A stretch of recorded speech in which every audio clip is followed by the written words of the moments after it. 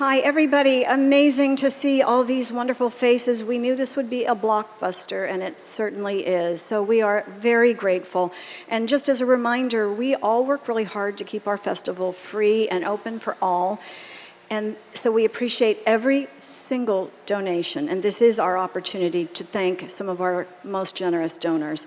We would like to thank Richie Battle, Randy and Lisa Cohn, Elin and Linwood Dame, Elizabeth Galvin, Adam and Ramona Nee, Nancy Seaman and Alan Schwartz, Beth Wilkinson and David Gregory, and our top sponsors, the White Elephant and our most beloved Jill Karp, and the Boston Globe.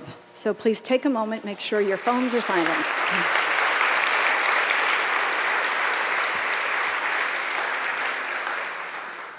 There are books that seem to hit the zeitgeist of our times, that hit a nerve. Books that just go viral. Strangers, A Memoir of Marriage is just that book. Belle Burden's memoir has raced through book clubs, been the topic of conversation across so many tables with family and friends, and been the subject of multiple interviews, including Oprah Winfrey. Featured in multiple publications, Vogue magazine called it the memoir of the year. For what Belle has done is to courageously put her life on the page, peeling back the layers of love and loss to reckon with the life she thought she knew. Netflix is bringing her story to the screen with Gwyneth Paltrow in that starring role, testimony to the resonance that this book has brought. Joining Belle is a writer who has created worlds of drama and intrigue, stories always laced with the complications of love and friendship.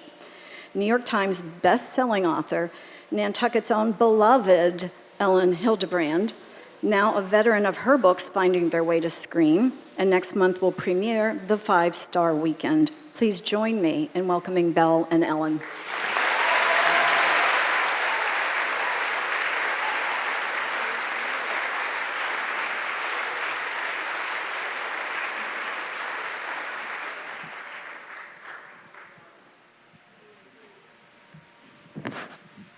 Two of my favorite words, hello Nantucket. We are so lucky and so blessed to have Belle with us today, and she's done a lot of this, right? A lot of interviews, a lot of public-facing events, and I just want to start by acknowledging your enormous amount of courage and tell you how grateful we all are that you wrote this memoir. Thank you so much, Elin. I'm so happy to be here and so grateful to you, Mary, for bringing me here, and just amazed by this crowd. Thank you all for coming on this very hot day to hear us. I have, I think, a long history with Nantucket. I came here when I was 2. And my cousins grew up here, and I've always loved the island. But I really, really fell in love with the island from reading Ellen's books. I start every summer. The summer begins for me by going to Bunch of Grapes on Martha's Vineyard, getting her book and sitting on my deck and reading it cover to cover. So there have been many exciting moments on this whole adventure since January.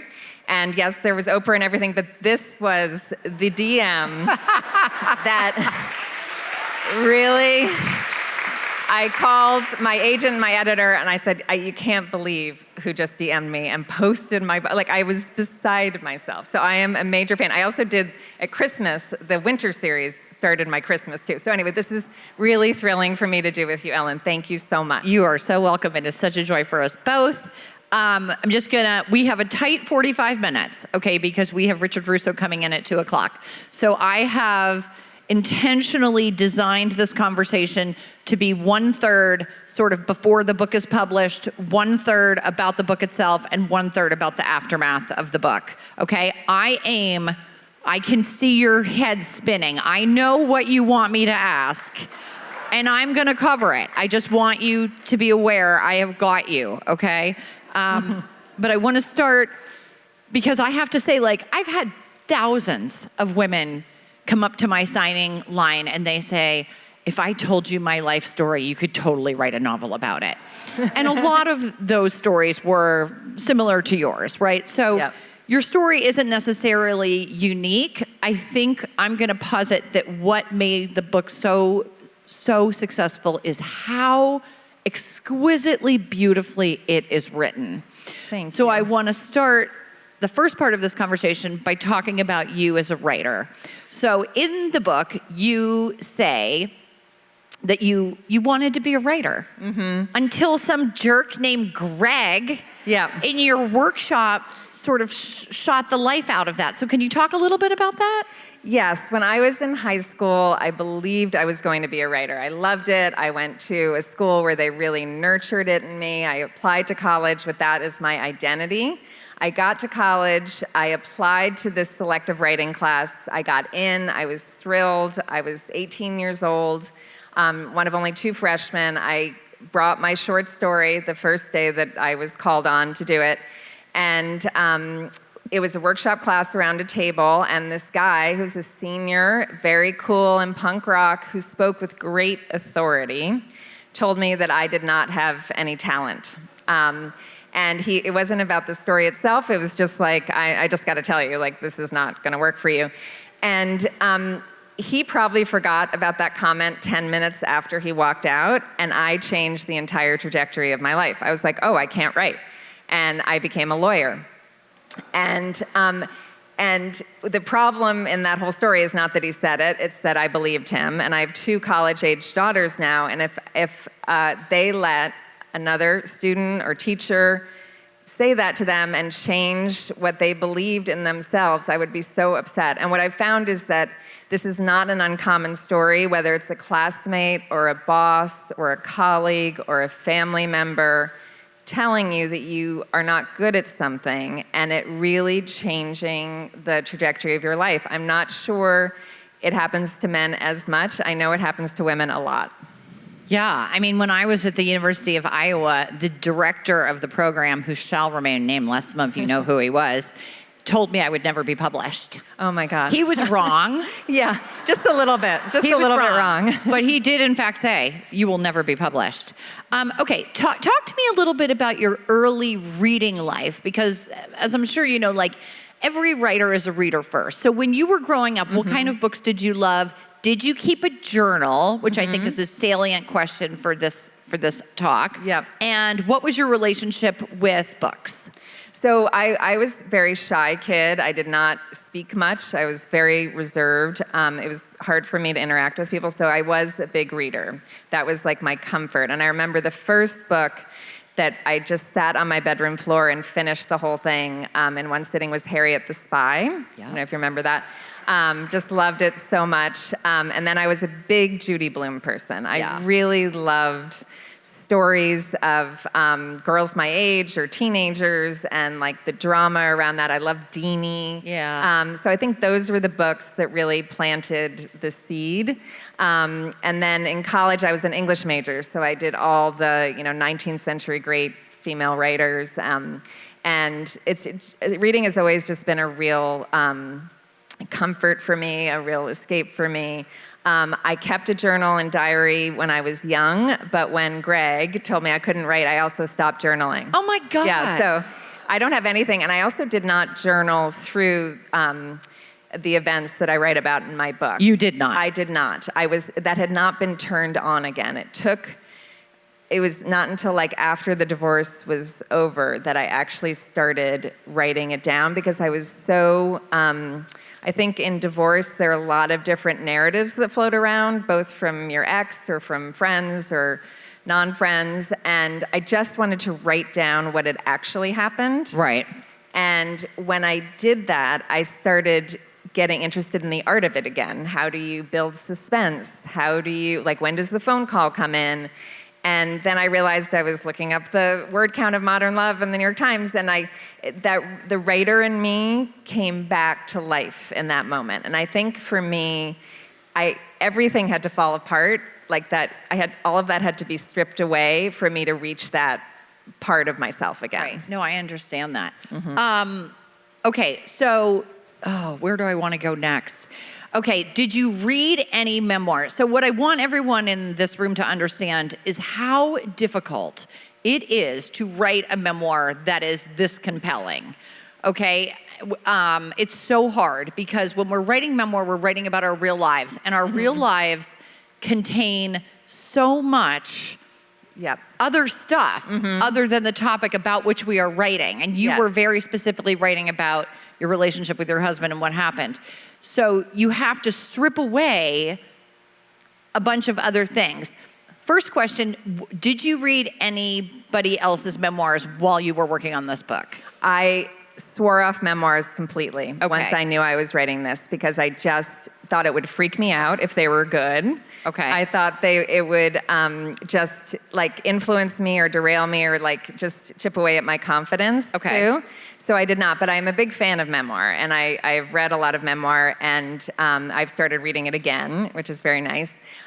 When this happened, I couldn't really read, but I listened to Audible, and there were two memoirs that I listened to. Well, one's not a memoir, but I listened to Isabel Gillies' Happens Every Day. Okay.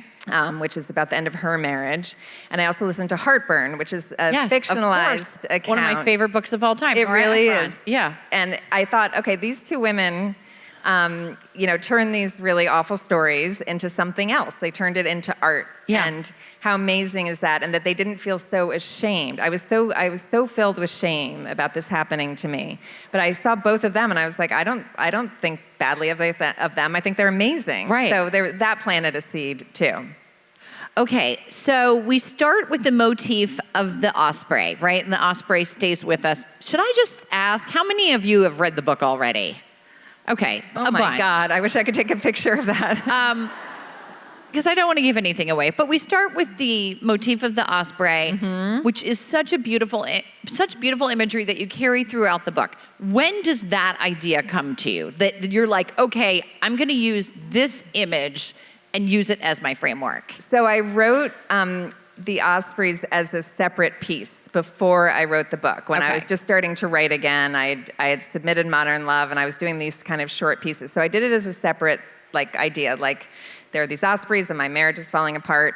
And then when I got the book contract and I was starting to actually write it, and I knew it was going to be in 5 parts, I thought, wow, maybe I can break this up and have it be a framing device. Right. And they were so meaningful to me when this was going on, because everything I wrote happened there. It was 2 parents and 3 kids, 3 chicks. And the male was going out and fishing and taking care of the 3, and I'm there alone with my kids. And then also there was something so reassuring about nature, and its predictable cycle. It felt hopeful. So it really fit for me. But the first draft really went very deep into the ospreys. It was I named the part headings after the sky dance.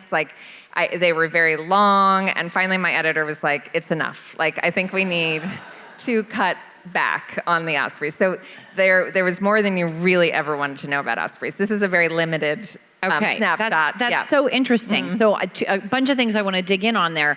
One, tell us, so the Modern Love, and you deal with this in the novel, the Modern Love piece comes out, and I'm gonna revisit this when we talk about the aftermath of the book.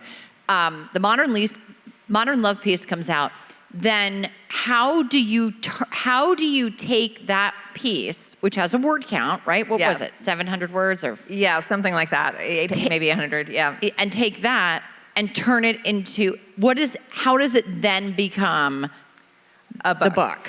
So it came out on June 30th, 2023, and it was a very hard road to get there, not just to get it picked from the slush pile, but the editing was hard. Then I had to show it to my ex, which I did not expect, and I just kept wanting to get it into print. I wanted to see my byline. It was and I didn't imagine anything after that. I didn't think okay, I'm gonna do this, and then I'm gonna get a book deal, and then I'm gonna write the whole book. I did not, it was like a cliff. There was nothing after it. Right, gotcha. But then it came out, and I got contacted by 2 editors saying this should be a book. And a friend of mine said to me, well, you're not gonna write a book. This is enough. This is a lot that you've told everyone that this happened to you. And I just knew. I was like, oh no, I'm going to write a book. I have a lot more to say. And both those editors said, well, the first thing you need is an agent. Right.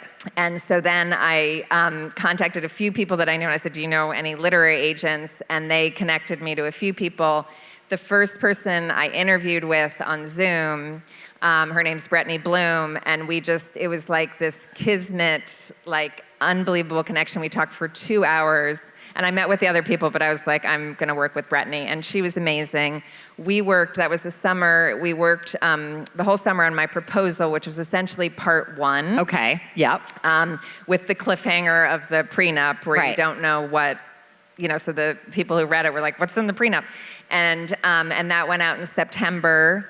And then I met with editors either on Zoom or in person, and then they bid on the book. Okay. But only part 1 was written. This is September of 23 or 24? 23. 23, okay. Mm-hmm. And then I sold it to Dial Press at Random House, an amazing editor, Whitney Frick. And then I had a deadline of about 1.5 years. And I'm a nerd, so I was like, I got to write this thing. And so I really conquered it and turned it in about 1 year. Okay.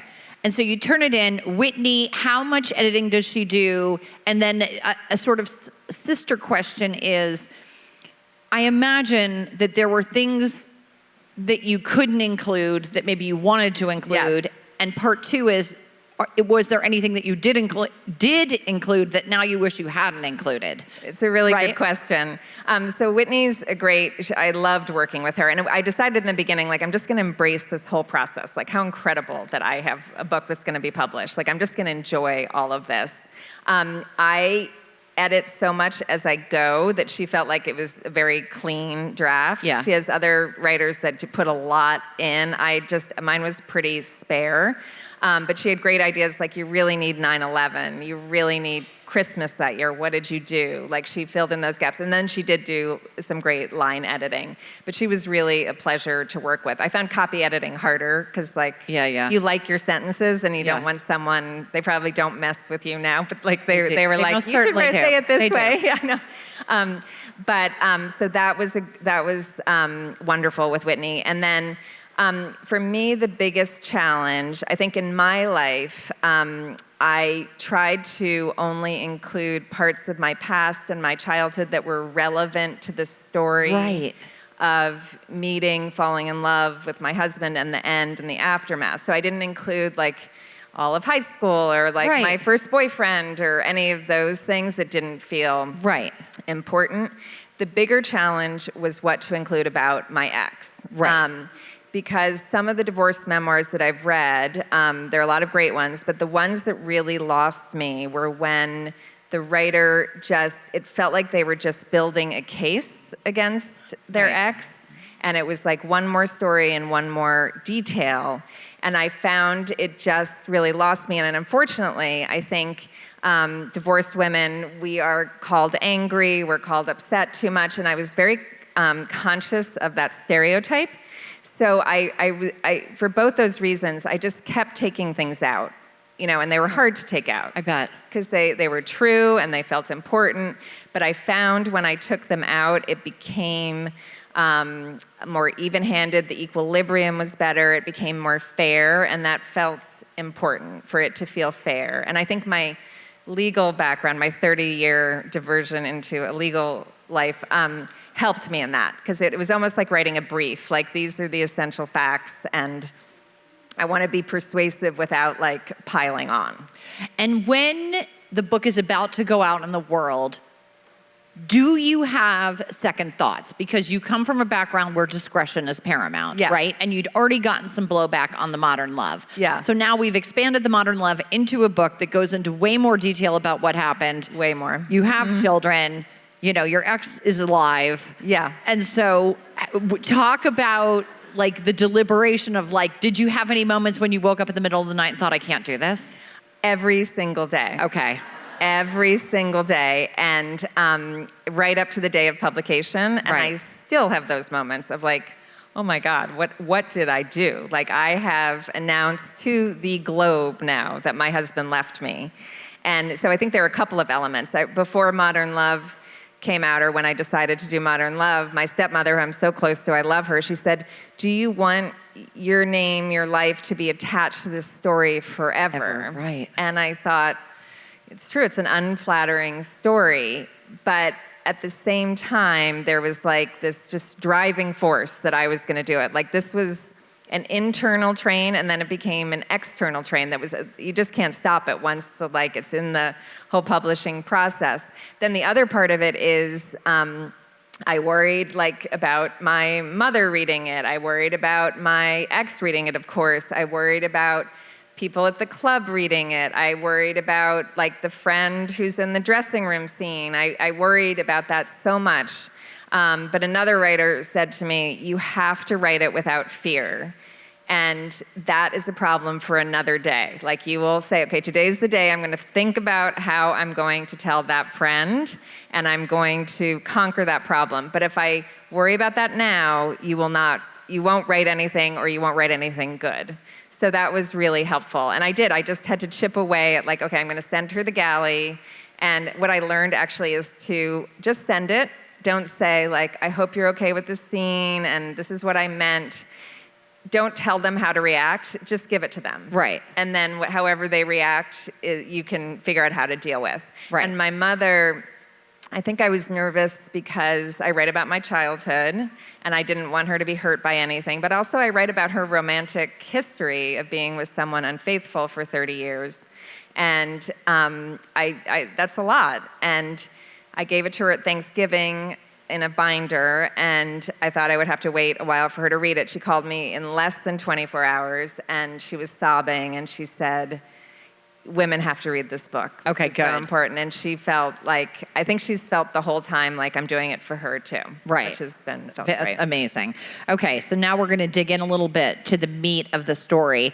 So there's the very cinematic beginning during COVID. You paint the picture so beautifully. You get the call from the husband of the other woman. The other woman takes sleeping pills, which was a twist I did not see coming. Yeah. And then you go back a little bit and you talk about how you and James met, and your father dies, and that's something that I really connected with because my father was killed in a plane crash when I was 16. I was also left with a mother and a stepmother. My mother and stepmother did not get along to the point where I could have written a whole memoir about that alone. Did your mother and stepmother get along? My cousin's here, she knows both of them. They're both really amazing women. They're very different women, and they're very different, have very different styles of mothering. And I would say there's been different phases. I think during my wedding, I thought they might kill each other.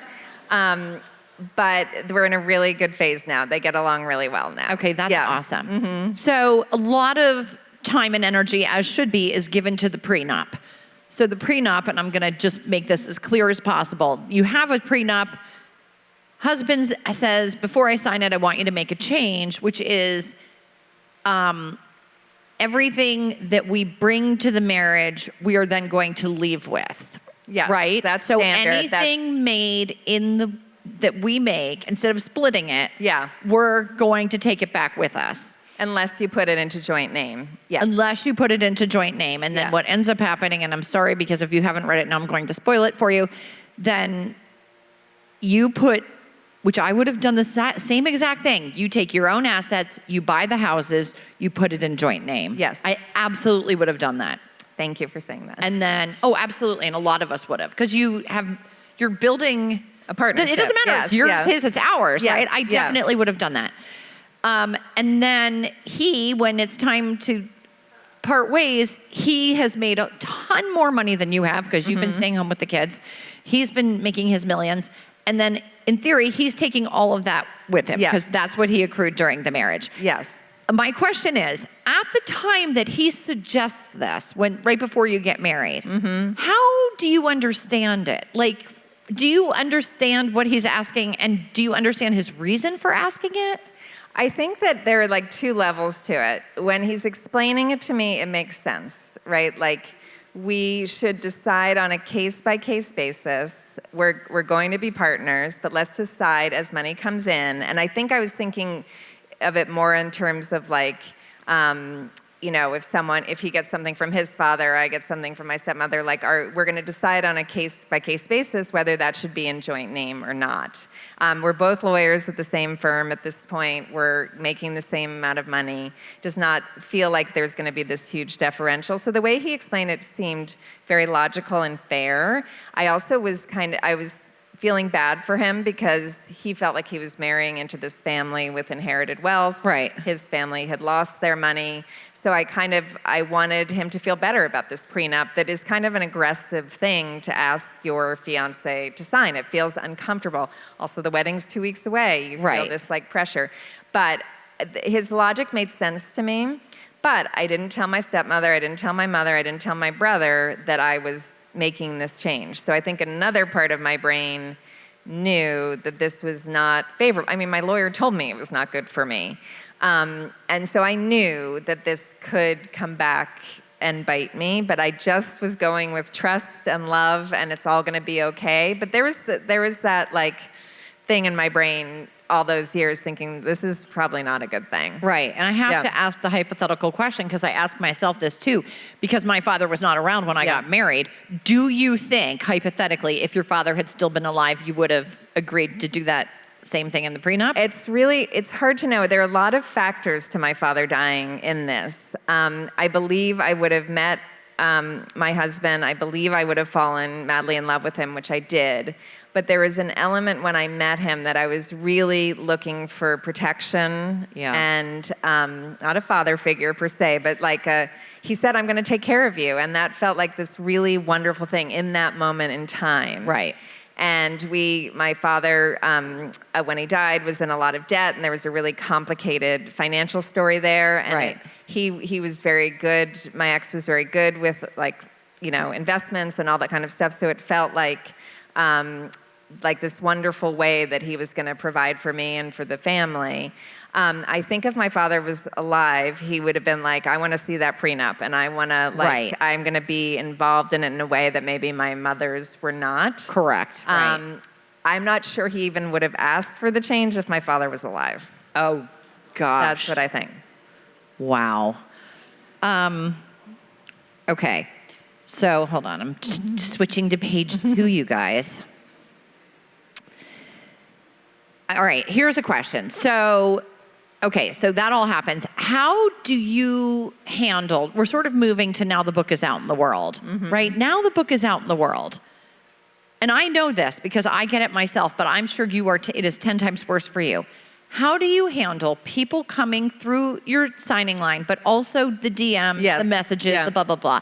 How many thousands of stories have you heard about other people's divorces? I mean, I told you mine, and when I was DMing you, because you just feel a point of connection. I'm like, oh, let me tell you about my divorce. But I'm sure everybody, and I know during the Q&A that people raise their hands and they want to tell their story. Yeah. And have you was that a surprise to you? I'm sure that you're still developing your skills about how to handle those stories. Yep. Mm-hmm. And can you just talk a little bit about that? So, first of all, it's just been astonishing the number of people who have reached out to me that this exact same thing happened to them. I thought I was the only one, and it is scarily common around the world. So I hear a lot of those exact same stories, but I hear all sorts of divorce stories. I hear from adults who were children in this situation or in other, those are very moving. And then, yes, in signing lines or at events, people share their stories. And I find it so helpful because I feel like I have just opened my chest. Like my most intimate thoughts are with all of you are on the page, and it's felt very scary and vulnerable and just hard. And so when people tell me their stories, I feel like just better. I'm sorry that it happened to them, of course, but it feels equalizing. Like they know everything about me, and so now they're sharing something about them, and that feels, I'm saying this really truthfully, it feels like an honor to hear like their private thoughts because I've shared mine with them. And I like to take time in the signing line to like actually talk to people. DMs are interesting. What I found in the beginning, because I thought I wouldn't get that many, I would respond to every single one. And I found that people didn't really want me to respond. Like it was almost weird when I responded.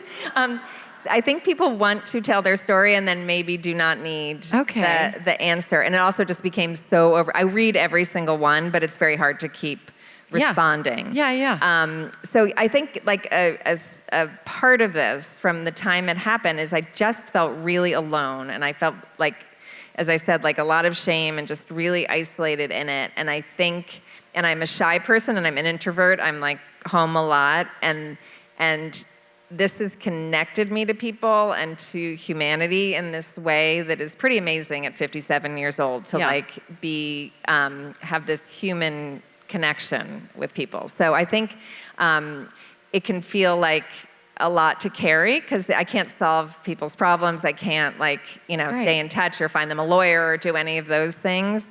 But the telling of it is helpful to me. Yeah.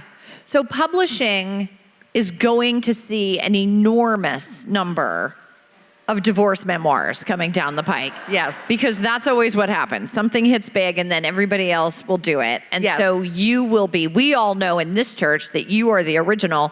Have you already, I have to ask, before me. Have you already been asked to blurb other people's like sad divorce memoirs? I've been asked to blurb other books, not divorce memoirs yet, but I do get people saying I'm gonna write this, and I have a divorce story and I'm gonna do it, and I think that's all amazing. Like I think the process of writing down what happened is amazing, and the world needs more of women's stories.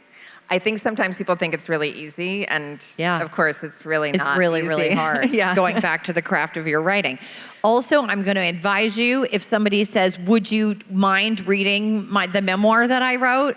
You are to always say no. Okay, thank you. I know. Before it's published. I'll do it after it's got the book deal. Right, that is another thing that happens. Okay, now we're gonna move on to the aftermath. And I think I said to you, you could write a memoir based on just what's happened since the book has come out. Yeah. I mean, it has I should have kept a diary during You should have kept a diary, because there is just no way you could possibly have predicted. No, I had the smallest print run you can imagine. I had 3 stops on my book tour, one in New York, one in New Canaan, and then I planned to go to LA. Like that was it. That was my book tour. So tell me, how did the success unfold? I need to know.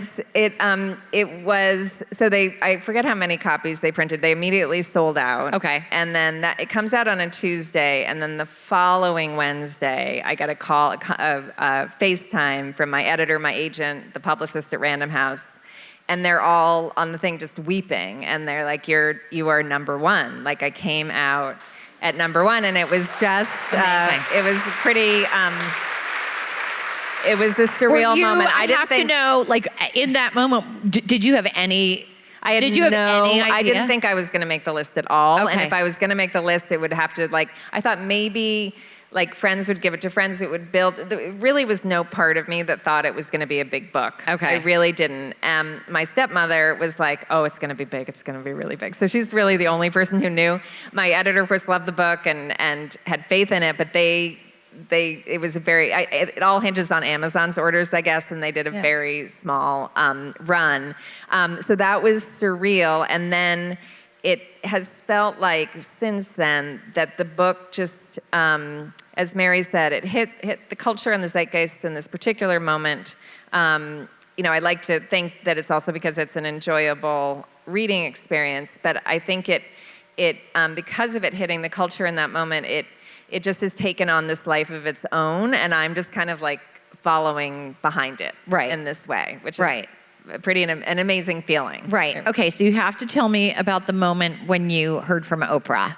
I've been waiting for this moment myself. I have not experienced it, but tell me about the moment that you haven't. That would be an amazing conversation. That you hear from Oprah. What happens? I was actually getting a blow dry, which is unfortunately part of this whole thing. Like I have to get a blow dry. And I get a call from the publicist at Random House, and she said, so Oprah would like you to come out to Maui. And I was like, what? She's like, Oprah. I was like, did you say Oprah? And she said, yes, and you need to be in Maui on February 23rd. And some people meet with Oprah in New York, some in Montecito, but she was in Maui, and we were like, we will get there. And there was a huge snowstorm in New York on that day that we were supposed to fly. So I had to leave at like 2 a.m. to get to Salt Lake and then wait in the airport and then get to Maui. And, I've loved her my whole life. So you land in Maui. I landed Does Oprah in Maui. pull up in her SUV? I mean, I want to know. They do a pre-call with you, with the producers, and the producers are wonderful. And they say in a very gentle and polite way, you will not be hanging out with Oprah. Like, you are not having lunch with her. You won't be in her house. Like, this is not like, there are 5 other people that are being interviewed on the same day. Okay. It's an in and out experience. Okay, gotcha.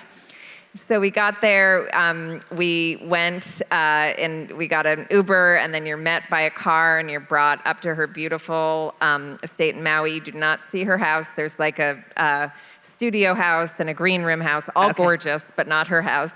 And she comes in and she is so warm, so loving, and she has read the book. 100%. Just like you. Like, yep. she knew the book really, really well. And she locks in, like, just like you are. Like, she's a curious person. Yeah. And that is what guides her. I thought it was interesting. I thought it might be really more about like the generational legacy element, or about, sort of a more feminist take on the book. It was she was very focused on betrayal. Right. Because of what happened to her best friend, Gail, who walked in on her husband with her friend. And that was, so it was very personal for her. And the whole thing was like a very surreal moment, but amazing. We filmed for like an hour and 5 minutes, and the segment is an hour. Like, she's tight. She knows what she's doing. It was like a master class. It was pretty exciting. Oh my gosh. That is, and then did you spend the night in Maui, or did you go immediately home? We went and had some Mai Tais, and then the publicist and I, because we went together, and Michelle, and then we came home. And I couldn't tell anybody. And you couldn't tell anybody. Mm-hmm. Dude, that is so wrong, but okay. All right, and we have 5 minutes left, and I want to talk about Hollywood. So tell me how that, like, do you have a Hollywood agent? I know how Hollywood works for me. How does Hollywood work for you? So my agent engaged film agents before it came out, in hopes that maybe this would happen. Okay. But no one counted on it. They sent it out to a bunch of producers and studios, and then when the book started gaining steam, interest came our way from producers, not directors, producers, actresses, and studios. And we did a lot of Zooms, which were like, I did it with my agent, and we would get off and be like, oh my God, like, I can't believe we just met with this actress. Right. And then the film agents put together territories, it's called. So there was like a producer matched with Sony, there was a producer matched with Netflix, one with Amazon, and the Netflix territory just really came together. And I had met with Gwyneth on Zoom and then in person, and she had a relationship with Netflix, and it all just kind of came together in the right moment. And then there was like a bidding process, and Netflix really wanted it, and that's what is maybe going to happen. Things fall apart in Hollywood for all sorts of reasons. Oh, believe you me. Yeah, I know. Okay, and tell me about Gwyneth's take. Was she so in love with it? She's like, I have to do this? She really was. She was really so thoughtful about the book. Right. She's been divorced, as we all know, but really understood it. We went to the same grade school in New York, but she's significantly younger, so we did not know each other. But there felt like there was common ground where we could kind of understand each other. She's very gentle and kind, and I really, really liked her. And she really wanted to do it. And I think it's exciting that she is just coming back to acting now. Yeah, I know. And she was so great in Marty Supreme. Yeah. And she feels like she's younger than me, but she's the right age. She's the right age. It's hard to get that right age. So I think she's going to be great. It's very, very flattering, obviously. And are they they're thinking a film, right? Or a series? It's a film, but we'll just do like limited release and then stream, which is, I guess, and then what streaming. we do now. Everybody in the universe will be wanting to watch it. Okay, I have the most important questions for the end. will there be a moment of reckoning? I'm dying to know this because you're going to the vineyard tonight. Will there be a moment of reckoning with the people, the insensitive people from your private club? Because you have not yet been there in the summer since the book has been out. So you so understand. Like, you understand the summer dynamic. Right, here we go. I've heard from a lot of them. A lot of people have reached out very supportively, very kindly. I think it might be different when I'm actually there and like the club dynamics and the talk and the whole thing happens. Like I'm not sure how I'll feel. I'm not sure how much I will engage. But I will say the person who said like this might be a good thing that he left her, he invited me to lunch and we had lunch. He's married to a friend of mine and he still defends his point of view, but I defended my point of view and we sort of agreed to disagree. But I thought it was brave of him to ask me to lunch and I thought it was brave of me to go. And it was.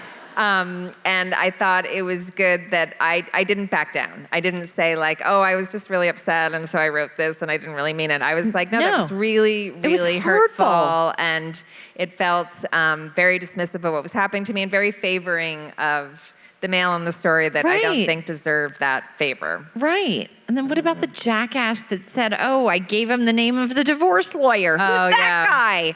Yeah, he's a New York guy. He has not said anything. That guy has to go. Okay, and can you talk a little bit about, as much as you're comfortable, about your ex-husband's reaction to the book? Sure, I'm happy to talk about it. He got a galley. I did not give him a galley last summer, so I knew he read it. He had a couple of objections, which he shared with Random House, one of which change we made to be accommodating, one we did not. Okay. And he has not, other than that, through Random House, has not said a word to me about the book. Okay. And we have seen each other at graduations and once at my daughter's birthday. He has not said anything to me about it. I have heard that he is not happy about it. Right. And I think he didn't expect, as none of us expected it. Can you imagine? And he's like, oh, and now it's a worldwide sensation. Right. Exactly. It's pretty.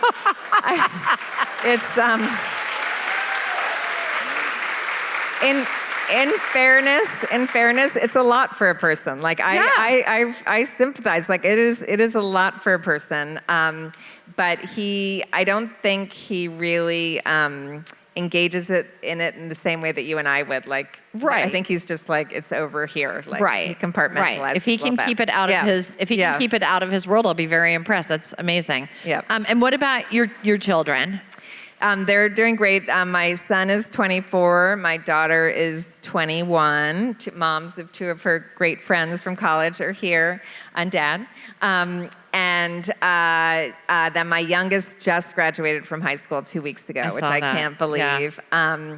And they're all doing really well. Okay. Are they affected by this, or how affected are they? It's interesting. There have been so many stages. Like, I'm going to do Modern Love. I talked to them about that. Right. I'm going to sign the book deal. Here's a copy of the book. They don't... my therapist actually said to me, kids, even adult kids, don't really read their parents' work because it's like so big for them. And so I went into it knowing that. They read bits and pieces. Yeah. When it reaches tabloid level, that's really hard for them because it comes across their feed or a friend will send it to them.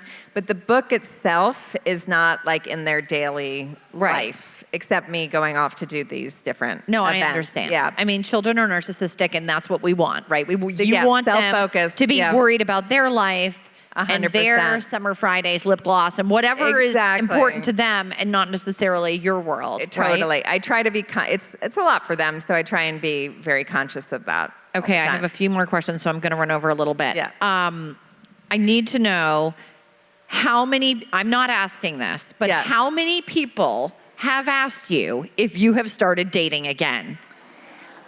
So people ask me that a lot. Yeah. And the interesting part of that also is that when we sent the book out to the book clubs, like the big Oprah, Jenna, Reese, they all turned it down. Good Morning America, they all turned it down. And some of what we heard is that they were concerned that there was not a happy ending. Oh my God. Okay. And my agent and I were like, this is a happy ending. Like the book, look, the whole thing is a happy ending. Oh my God. But they really wanted a new man, the reunion with the old man, and there is no man. There's still no man. But I think they underestimated readers, because I think readers are actually okay with that being a happy ending. Because having no man is the new having a man. Yeah.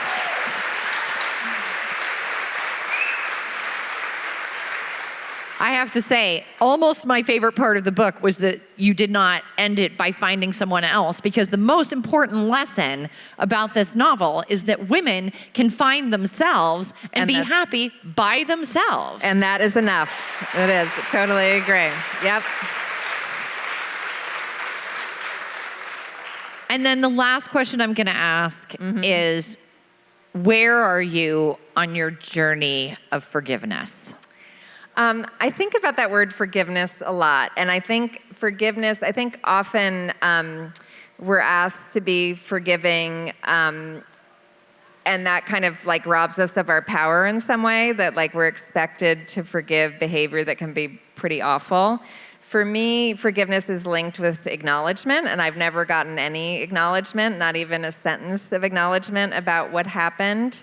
That said, and this may not be believable to people since I'm promoting a book about this, but I don't live in it anymore. Right. I made a decision when I've seen friends live in their divorces to such a degree that it becomes corrosive to the whole rest of their lives. Yeah. And I just didn't want that. So I made a vow to myself when I signed my divorce agreement, I am not gonna live in this. I'm not gonna live in thinking about the woman he had an affair with. I'm not gonna live in the what I got and didn't get. I'm going to put that mentally behind me so that I can live a life that is not about that. So I would say I am very far along in a journey of peace. Like Wonderful. that is. Oh my gosh, we are so happy for you. Thank you, Belle Burden.